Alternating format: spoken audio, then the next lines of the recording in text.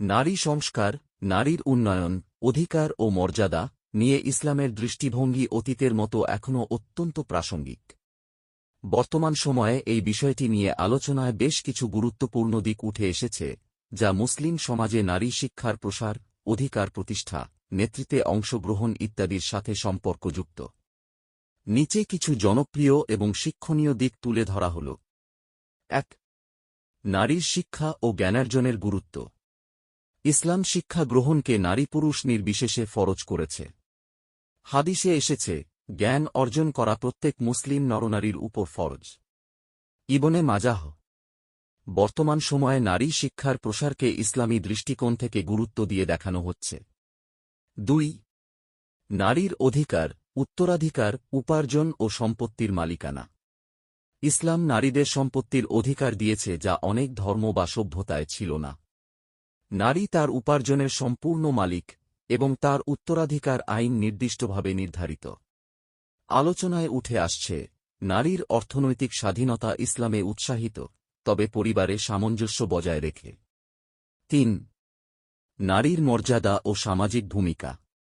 নারীকে মা, বোন, স্ত্রী ও কন্যা হিসেবে বিশেষ মর্যাদা দেওয়া হয়েছে। তোমার মায়ের, আবার তোমার মায়ের, আবার তোমার মায়ের, তারপর তোমার পিতার। বুখারী ও মুসলিম।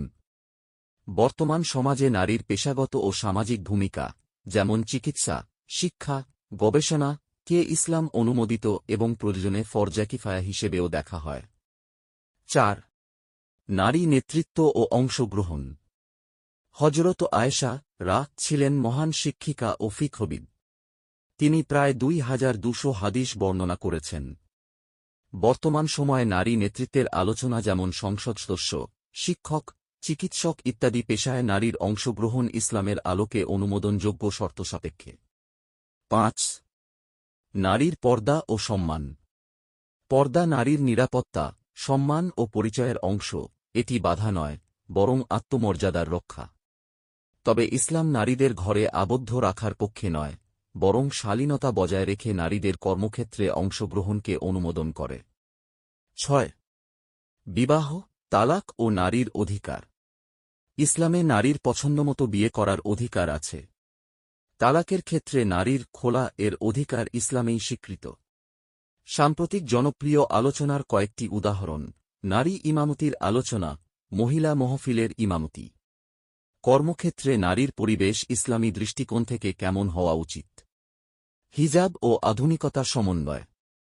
ইসলামী ফেমিনিজম বনাম পশ্চিমা ফেমিনিজম।